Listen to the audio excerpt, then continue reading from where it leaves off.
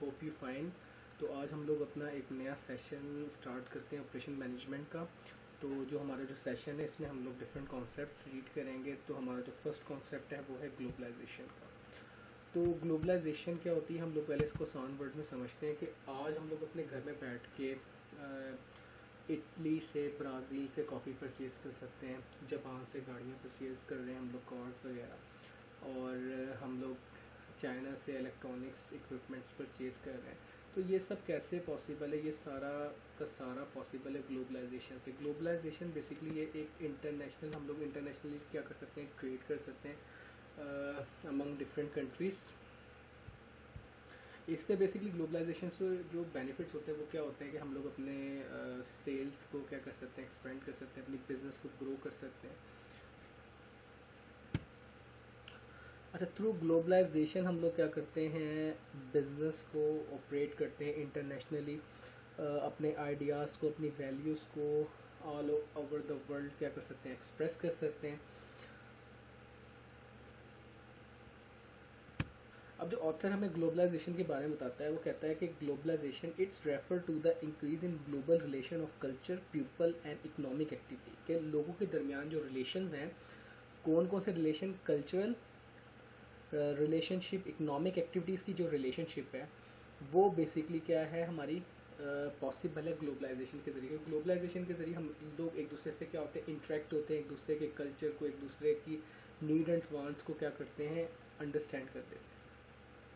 अब the global distribution of the production of goods and services through the reduction of barrier of international trade such as tariff, export fee and import fee, and reduction of restriction of the movement of capital on investment.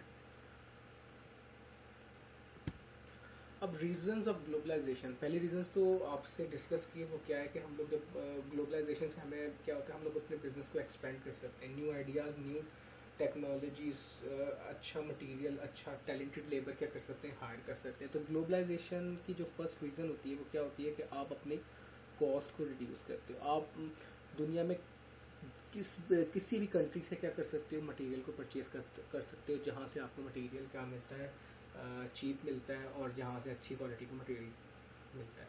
और हम लोग अपने अब labour higher कर सकते हैं। जैसे अगर हम लोग बात करें कनाडा में पाकिस्तानी लेबर भी काम करें, इंडियन लेबर भी काम करें, बेसिकली वो क्या कर रहा है, वो टैलेंट हंट कर रहा है। वो क्या करता है कि डिफरेंट कंट्री से जहाँ पर उसको लेबर, चीप लेबर मिलता है, वो उसको क्या कर लेता है, उसको जॉब देता है, अपने पास बुलाता है और उससे क्या करता है, काम लेता है। तो बेसिकली क्या कर सकते हैं, हम लोग आउटसोर्स कर सकते हैं अपने टैलेंट्स को। इम्प्रूव सप्लाई चेन, हम अपनी सप्लाई चेन को क्या कर सकते हैं, इम्प्रूव कर सकते हैं। हम लोग क्या कर सकते, जैसे अभी हम लोगों ने डिस्कस किया कि हम लोग मटेरियल परचेज़ करते हैं, लेबर परचेज़ कर सकते हैं अच्छी क्वालिटी का, जिससे क्या होती है, हमारी प्रोसेस अच्छे होंगे, प्रोसेस अच्छे होंगे तो हमारा आउटपुट अच्छा होगा, आउटपुट अच्छा होगा तब हमारी प्रोडक्ट और हमारी कंपनी की जो गुडविल है उसका एक मार्केट के अंदर एक नाम होगा। हम मार्केट शेयर को क्या कर सकते हैं, कैप्चर कर सकते हैं, हमारी एक ब्रांड इमेज होगी मार्केट में।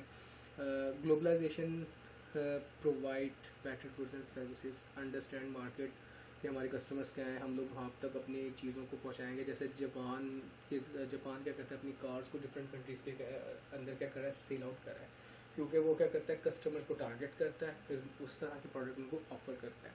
लर्न टू इम्प्रूव ऑपरेशन, हम अपने ऑपरेशन को कैसे इम्प्रूव करेंगे, क्या टेक्नोलॉजी यूज़ करेंगे, हम लोग अपने आइडियाज़ को, अपनी वैल्यूज़ को क्या करते हैं, शेयर करते हैं। Attract and retain global talent,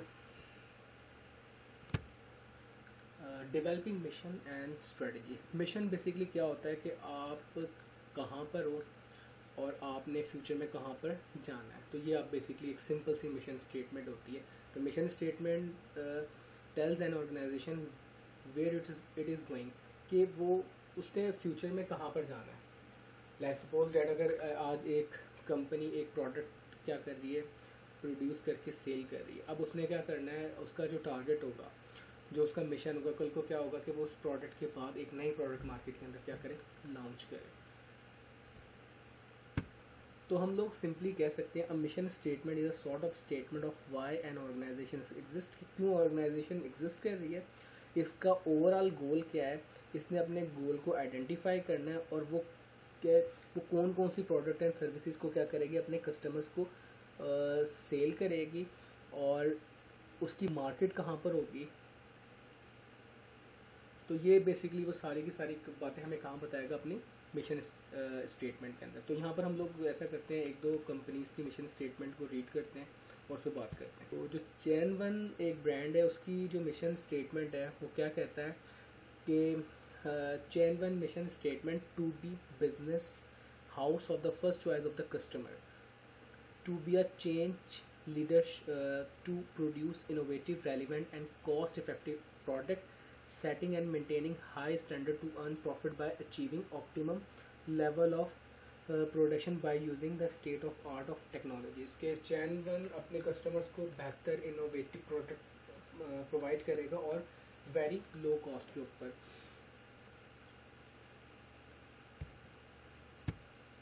अगर हम लोग प्रॉफिट के प्रोस्पेक्टिव से बात करें तो किसी भी फर्म का क्या मिशन होता है कि वो मैक्सिमाइज करती है अपने प्रॉफिट को फॉर लॉन्ग रन। लेकिन ये जो है ना, ये एक नैरो कॉन्सेप्ट है कि वो अपने प्रॉफिट को क्या करे, मैक्सिमाइज करे लॉन्ग टर्म। लेकिन जो एक्चुअल मिशन स्टेटमेंट होता है वो क्या होता है, अपनी ब्रांड इमेज को मार्केट के अंदर क्या करना, इस्टेब्लिश करना। तो जो मिशन स्टेटमेंट है वो बेसिकली ओवरऑल प्रोसेस और रीजंस ऑफ एग्जिस्टेंस इसको डिफाइन करती है किसी भी बिजनेस का, उसकी इकोनॉमिक एक्टिविटीज़ क्या होंगी, उसका मेन चॉइस क्या होगा, मेन डोमेन क्या होगा। अब हम लोग बात करते हैं स्ट्रेटजी। अब हमारा बेसिकली मिशन क्या था कि हम लोगों ने क्या करना है, कहाँ तक जाना है, ठीक है। अब उसको चेस कैसे करना है, ये बेसिकली क्या है, प्लान। और प्लान के बाद हम लोग एक्शंस परफॉर्म करते हैं उन टारगेट्स को अचीव करने के लिए। तो हमारा बेसिकली क्या बन जाता है, strategy. Strategy tell the organization how to get there, कि जहाँ ऑर्गेनाइजेशन जाना चाह रही है, जिस लेवल तक ऑर्गेनाइजेशन अपने आप को देखना चाह रही है, अब वो जो लेवल है वो कैसे अचीव करना है, उसके लिए हम लोगों ने प्लान करना है। फिर प्लान को क्या करना है, उन प्लान्स के ऊपर इम्प्लीमेंटेशन करनी है। तो जब हम लोग प्लान पे इम्प्लीमेंटेशन करते हैं वो हमारी क्या बन जाती है, स्ट्रेटजी। जैसे चैन वन की स्ट्रेटजी क्या है कि मैं लो कॉस्ट पे हाई क्वालिटी प्रोडक्ट अपने कस्टमर को क्या करूँ, सेल आउट करूँ, अपने कस्टमर को इस तरह से सर्व करूँ। अब उसने क्या करना है, लो कॉस्ट के लिए क्या करनी है, अपनी कॉस्ट को मैनेज करना है। उसके लिए उसने मटेरियल ग्लोबली क्या करना है, परचेज करना है, लेबर ग्लोबली हायर करना है, ताकि उसकी कॉस्ट क्या हो, मिनिमाइज हो। या वो क्या कर सकता है, इस तरह से कर सकता है कि प्रोडक्ट का कुछ हिस्सा क्या करे, खुद परचेज करे, खुद प्रोड्यूस करे, और कुछ हिस्सा जो है ना वो क्या कर रहे, सैम्पलिंग बाहर से करवा ले। जैसे आईफोन ये स्ट्रेटजी अडॉप्ट करता है कि सारे के सारे उसके कंपोनेंट जो जिनकी मैन्युफैक्चरिंग है वो अमेरिका के अंदर है, बाकी असेंबलिंग सारी की सारी वो क्या कहाँ से करवाता था, चाइना से करवाता था, क्योंकि चाइना में जो लेबर कॉस्ट है वो बहुत कम है। इस तरह से उसकी जो कॉस्ट थी वो क्या हो जाती थी, मिनिमाइज हो जाती थी, और वो अपने कस्टमर को लो कॉस्ट पे अपनी प्रोडक्ट को ऑफर कर सकता है। Factor effecting mission, philosophy and values. हर कंट्री की अपनी जो है ना फिलॉसफी और वैल्यूज़ होती हैं। प्रॉफिटेबिलिटी एंड ग्रोथ, के प्रॉफिटेबिलिटी और ग्रोथ कैसे इफ़ेक्ट करती है हमारी मिशंस को। उसके बाद पब्लिक इमेज, उसके बाद benefit of society, customer and environment. तो ये सारे फैक्टर्स हैं जो कि आपकी मिशन स्टेटमेंट को क्या करते हैं, इफ़ेक्ट करते हैं। कि आपने जो टारगेट किया होता है, आपका वो जो टारगेट है उसके दरमियान जो हर्डल्स आएंगी वो कौन कौन सी हर्डल्स होंगी, और हमने पहले उनको आइडेंटिफाई करना है, फिर उनको क्या करना है, उनको रिजॉल्व करना है, एलिमिनेट करना है। अब हम लोग देखते हैं कि बेसिकली जो ऑपरेशन मैनेजर है, ऑपरेशन मैनेजर ने जो डिसीजन करने होते हैं, उस हर डिसीजन में क्या मिशन आएगा।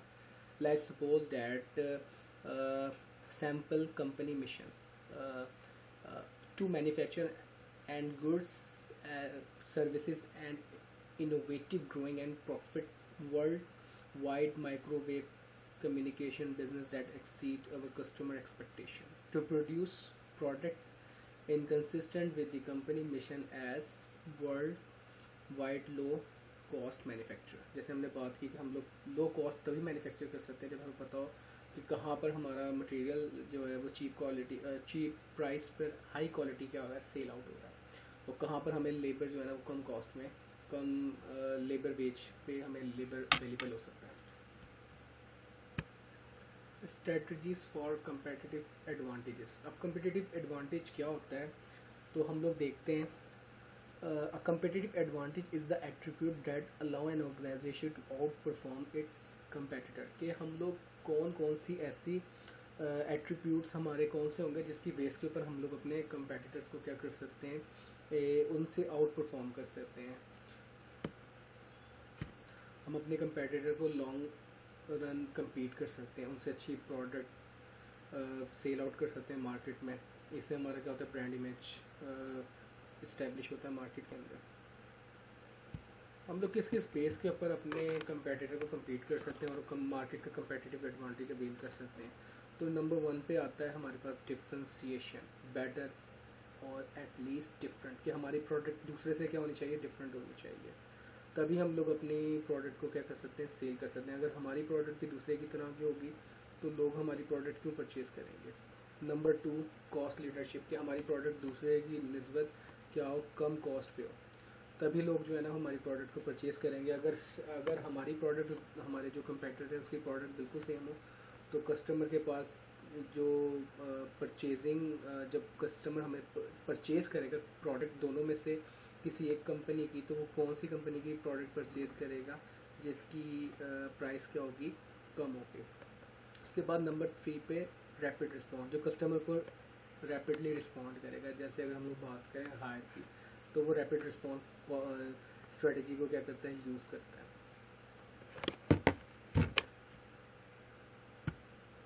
तो थोड़ी सी बात करते हैं पहले डिफ्रेंशिएशन पे। तो डिफ्रेंशिएशन क्या है, the process of distinguishing a product और services from other to make it more appealing to specific target market, कि हमारी प्रोडक्ट क्या होनी चाहिए, मार्केट्स में जो डिफरेंट ब्रांड्स काम कर रहे हैं उनसे डिफ्रेंशिएट हो।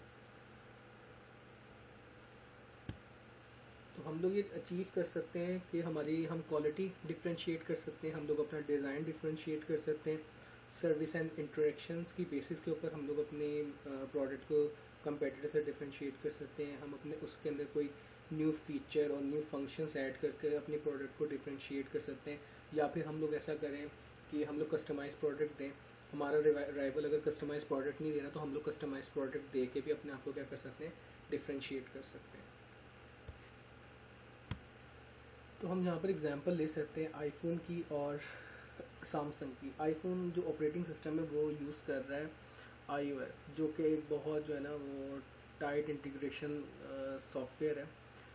जबकि हम अगर बात करें सैमसंग की, तो उसमें एंड्रॉयड ऑपरेटिंग सिस्टम है जो कि बहुत इजी टू यूज़ है, और वो दूसरी डिवाइसेस से बड़ी जल्दी क्या हो सकता है, कनेक्ट हो सकता है, अपनी फाइल्स शेयर कर सकते हैं हम। लेकिन आईफोन में ये जो है ना ये फीचर नहीं है, जिसकी वजह से आईफोन और सैमसंग एक दूसरे को डिफ्रेंशिएट कर रहा है। तो यहाँ पर ये एग्जांपल भी हम लोग इजीली क्या कर सकते हैं, कोट कर सकते हैं अपने डिफ्रेंशिएशन में। अब जो कॉस्ट लीडरशिप होती है ये भी बहुत इंपॉर्टेंट स्ट्रेटजी होती है। अगर हम लोग देखें कि वेलमार्ट को, मैकडोनल्ड को या साउथ वेस्ट एयरलाइंस को compete करना बहुत मुश्किल है, क्योंकि उनका एक मार्केट के अंदर ब्रांड इमेज है और लोग उनकी सर्विसेज से क्या है, सेटिस्फाइड हैं उनकी प्रोडक्ट से। तो जो दूसरी डिफरेंट कंपनीज़ हैं उनके लिए बहुत मुश्किल है उनको क्या करना, compete करना। तो वो बेसिकली कैसे compete कर सकती हैं, कॉस्ट लीडरशिप की बेसिस पे, कि वो उनकी तरह मतलब सर्विसेज तो वही ऑफर करें, लेकिन क्या करें, अपनी जो प्राइस है उसको लो रख के क्या कर सकते हैं, वो सेल कर सकते हैं, मार्केट में सर्वाइव कर सकते हैं। जैसे आईफोन और सैमसंग, अगर आईफोन सैमसंग मार्केट में सर्वाइव कर रहा है, दूसरा पहली चीज़ क्या है, उसकी कॉस्ट कम है, दूसरा उसका जो एंड्रॉयड सॉफ्टवेयर है जो कि जिसकी इंटीग्रेशन क्या है, ईजी टू यूज़ है।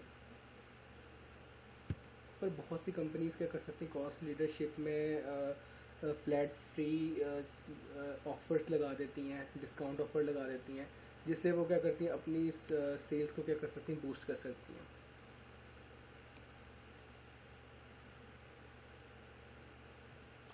रैपिड रिस्पांस, अब रैपिड रिस्पांस में क्या होता है कि कंपनी सिर्फ चीज़ों को सेल करने के बाद अपने कस्टमर से अपने आप को कट ऑफ ना कर ले, बल्कि कस्टमर के साथ जो है ना वो इंटरेक्ट लिंक में रहे। यानी कि आप कस्टमर के साथ चीज़ को बेचने के बाद क्या कर सकते हो, कस्टमर को कॉल करके उस चीज़ का जो उसने यूज़ की उसका आप फीडबैक ले सकते हो। जैसे कि टोयोटा ने एक स्मार्टफोन एप्लीकेशन इंट्रोड्यूस करवाई, जिसके ज़रिए वो क्या करता है, एंड्रॉयड एप्लीकेशन थी ये, जिसमें वो अपने कस्टमर से क्या करता है, इन टच रहता है कि भाई हम लोगों ने आपको ये प्रोडक्ट सेल किया है। वो क्या करता है, हमारे साथ इन टच रहता है, हमसे फीडबैक लेता रहता है कि जो आप प्रोडक्ट यूज़ कर रहे हो उसमें कोई प्रॉब्लम तो नहीं। अगर हमें प्रॉब्लम आती है तो हम लोग उसी टाइम क्या कर सकते हैं, उस सॉफ्टवेयर के ज़रिए कंपनी को कांटेक्ट कर सकते हैं, और कंपनी हमारा जो मसला है वो फ़ौरन से क्या करती है, उसको सॉर्ट आउट करती है। उसके बाद ये भी होता है, बाज़ कंपनीज क्या करती हैं, आपको आफ्टर सेल सर्विसेज ये एक्स्ट्रा सर्विस भी आपको देती है। तो बेसिकली क्या है कि जो ही आप चाहते हो कि हम ये प्रोडक्ट सेल करके नई प्रोडक्ट जो नया डिज़ाइन है मार्केट के अंदर आया हम वो ले लें, तो बाज़ कंपनीज ये भी क्या करती हैं, आपको इस तरह से भी रिस्पॉन्ड करती हैं। प्रोडक्ट लाइफ साइकिल, किसी भी प्रोडक्ट की अगर हम लोग लाइफ साइकिल की बात करें तो उसकी लाइफ साइकिल की स्टेजेस 4 होती हैं। नंबर 1 पे इंट्रोडक्शन स्टेज है, नंबर 2 पे ग्रोथ है, नंबर 3 पे मैच्योरिटी, नंबर 4 पे डिक्लाइन है। इंट्रोडक्शन स्टेज में क्या होता है, कंपनी एक प्रोडक्ट बनाती है और उसके ऊपर उसके काफ़ी ज़्यादा एक्सपेंसेस आते हैं, जैसे रिसर्च एंड डेवलपमेंट के एक्सपेंसेस होते हैं। फिर प्रोडक्ट को बनाया, प्रोडक्ट को मार्केट में क्या किया, टेस्ट किया, फिर उसकी एडवर्टीज़मेंट की। तो इस सारे प्रोसेस के अंदर क्या हो रहा है कि प्रोडक्ट के ऊपर एक्सपेंसेस आ रहे हैं। उसके बाद क्या होता है, लोगों को कंपनी के उस प्रोडक्ट का पता चल जाता है, लोग क्या करते हैं, धड़ाधड़ प्रोडक्ट को परचेज़ करना शुरू कर देते हैं। तो फिर दूसरी स्टेज में आप देख रहे हैं कि हमारी लाइन है वो अपवर्ड मूवमेंट हो रही है उस लाइन की। तो धड़ाधड़ हमारी यहाँ पर चीज़ें सेल हो रही हैं, हम लोग प्रॉफिट को क्या कर रहे हैं, अर्न कर रहे हैं, लार्ज कैश इनफ्लो हो रहा है हमें। तो ये हमारे पास दूसरा स्टेज होता है, ग्रोथ स्टेज। मैच्योरिटी स्टेज में क्या होता है कि लोग हमारी प्रोडक्ट परचेज़ करते हैं, उसको यूज़ करते हैं, फिर क्या करते हैं कि वो उससे यूज़ करके सेटिस्फाइड हो जाते हैं। फिर वो चाहते हैं कि हमारी जो है वो एक नई प्रोडक्ट हम परचेज़ करें। वो बार बार तो वो प्रोडक्ट परचेज़ नहीं करेंगे, तो वो क्या करते हैं, इस्तेमाल के बाद उस प्रोडक्ट को सेल करना शुरू कर देते हैं। तो वहाँ पर हमारी ये आ जाती है, मैच्योरिटी फेज आ जाता है। फिर लोग उस चीज़ को इस्तेमाल करना कम कर देते हैं बहुत ज़्यादा, तो हमारी प्रोडक्ट की जो सेल होती है वो बिल्कुल नीचे चली जाती है। तो ये हमारा जब बेसिकली फेज़ होता है, ये डिक्लाइन फेज़ होता है। अगर हम लोग कैश फ्लो के अतबार से बात करें तो इंट्रोडक्शन फेज़ में हमारा जो कैश फ्लो होता है वो बहुत ज़्यादा होता है, आउटफ्लो। और अगर हम लोग ग्रोथ फेज़ की बात करें तो यहाँ पर कैश इनफ्लो बहुत ज़्यादा होता है। मैच्योरिटी फेज़ की बात करें तो कैश इनफ्लो जो हमारा ग्रोथ फेज़ में होता है वो उससे कम हो जाता है, क्योंकि हमारी प्रोडक्ट अब सेल होना कम हो गई है। और डिक्लाइन स्टेज में क्या होता है कि हमारी प्रोडक्ट बिल्कुल ही क्या हो जाती है, कम हो जाती है। तो फिर हमें क्या करना पड़ता है, डिक्लाइन स्टेज के बाद अगर हम मार्केट में सर्वाइव करना चाहते हैं तो हमें क्या नया मॉडल लेकर आना है मार्केट के अंदर। और क्योंकि मैच्योरिटी स्टेज के अंदर हमारे प्रोडक्ट की तरह की दूसरी प्रोडक्ट भी, दूसरे हमारे जो कंपेटिटर्स हैं वो लॉन्च करना शुरू कर देते हैं। तो लोग क्या करते हैं, यहाँ पर लो कॉस्ट पे चीज़ों को परचेज़ करने के लिए स्विच भी करते हैं कंपनी से दूसरी कंपनी में। जैसे कि हम लोग अगर बात करें मोबाइल फ़ोन्स की, तो मोबाइल फ़ोन में आईफोन हर साल एक नया मॉडल लॉन्च करता है। उसके फ़ौरन बाद क्या करता है, सैमसंग उसी तरह के क्या करता है, मोबाइल फ़ोन को उसी तरह के फ़ीचर जो उससे मिलते जुलते हैं वो अपने मोबाइल लॉन्च करता है। तो फिर उसके रिस्पांस में वेरी नेक्स्ट ईयर आईफोन दोबारा अपना एक नया मॉडल लॉन्च करता है। क्योंकि कस्टमर क्या करता है, स्विच कर देता है आईफोन से सैमसंग पे, क्योंकि वहाँ पर उसकी जो कॉस्ट है वो कम है, उसको प्राइस कम में, प्राइस में वही सेम फीचर्स क्या होते हैं, एक्सपीरियंस करने को मिलते हैं। फॉर इंटरनेशनल ऑपरेशन स्ट्रेटजी, जब हम लोग cross the boundary sell and purchase करते हैं, वो हमारी बेसिकली इंटरनेशनल ट्रेड में आ जाती है। तो इसमें हमारे पास 4 तरह की स्ट्रेटजी होती हैं for to doing business internationally. Number 1 पे ग्लोबल स्ट्रेटजी, नंबर 2 पे इंटरनेशनल स्ट्रेटजी, नंबर 3 पे ट्रांजिशनल स्ट्रेटजी, नंबर 4 पे आती है हमारे पास multi domestic strategy. Multi domestic strategy, इस स्ट्रेटजी के अंदर बेसिकली क्या होता है, low integration and high responsiveness. Multi domestic strategy के अंदर हम लोग अपनी प्रोडक्ट को लोकल मार्केट की जो नीड है उसके अकॉर्डिंग क्या करते हैं, डिज़ाइन करते हैं और उसको सेल करते हैं। और जो बिज़नेस मल्टी डोमेस्टिक स्ट्रेटजी को यूज़ करते हैं वो बेसिकली क्या करते हैं, हर कंट्री के अंदर अपनी ब्रांचेस ओपन करते हैं और लोकल मार्केट के अकॉर्डिंग वहाँ पर क्या करते हैं, प्रोडक्ट को ऑफ़र करते हैं। लाइक इसमें बहुत से फूड चेन कंपनीज हैं, जैसे मैकडोनल्ड है। अगर अगर हम लोग बात करें इसकी क्या कहते हैं, ये हर मुल्क में क्या करता है उसके अकॉर्डिंग क्या करता है, बर्गर्स को सेल करता है। जैसे अगर हम इंडिया की बात करें, वहाँ पर लोग मीट कम यूज़ करते हैं, तो वहाँ पर ये वेजी बर्गर्स ऑफ़र कर रहा है। पाकिस्तान के अंदर ये बीफ बर्गर। और अगर हम दूसरी कंट्रीज़ की बात करें तो वहाँ पर ऐसे मीट जो कि हमारे रिलीजन में हलाल नहीं है, तो वहाँ पर उन मीट के भी क्या कर रहा है, ये बर्गर्स को ऑफ़र कर रहा है। इसमें ज़्यादातर ये एग्जांपल्स फूड इंडस्ट्री की होती है। हमारे पास जो ग्लोबल स्ट्रेटजी होती है, इसमें हाई इंटीग्रेशन होती है और लो रिस्पॉन्सिवनेस होती है। Global strategy are the opposite of the multi domestic strategy. They offer a standardize product, यानी कि जो इनकी प्रोडक्ट होती है वो जो उनका मैन्युफैक्चरिंग मेथड होता है वो तमाम कंट्रीज़ के लिए सेम रखते हैं अपना। ये इसमें हमारी जो इंडस्ट्रीज़ आ जाती हैं, ऑटोमोबाइल इंडस्ट्रीज़ आ जाती हैं, टेक्सटाइल इंडस्ट्रीज़ आ रही हैं हमारे इसमें। तो ये बेसिकली क्या करते हैं, इनकी प्रोडक्ट सेम होती है, डिज़ाइन सेम होता है, और ये उसी तरह की वही प्रोडक्ट्स क्या करती हैं, सेल करती है, उसमें कोई चेंजिंग नहीं करते हैं अकॉर्डिंग टू कंट्री रिस्पॉन्स। जिसमें अगर हम लोग बात करें, इसमें वेयरिंग में हमारे पास आ जाती हैं जो लाइक जीन्स, गोची, लेविस।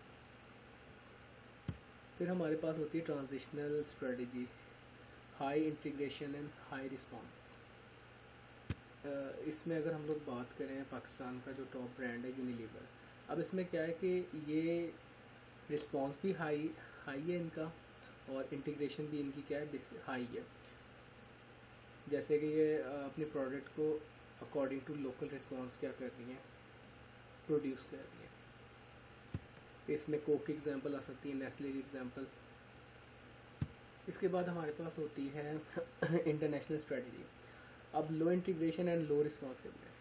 अब इसमें बेसिकली क्या होता है, इसमें कंपनीज क्या करती हैं, इम्पोर्ट एंड एक्सपोर्ट लाइसेंस लेती हैं, और उन लाइसेंस की बेसिस के ऊपर क्या करती हैं, चीज़ों को बनाती हैं और क्या करती हैं, चीज़ों को सेल करती हैं। इसमें क्या होता है कि हम लोग सेम प्रोडक्ट को क्या करते हैं, अपनी लोकल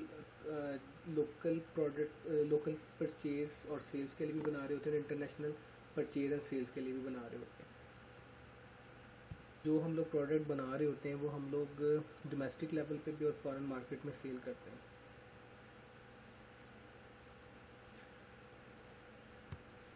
तो ये सारी बातें थी हमारे चैप्टर नंबर 2 से रेलिवेंट। तो आप इसको स्टडी करें, इसमें कोई क्वेश्चन है तो आप लोग पूछें इन क्वेश्चंस को।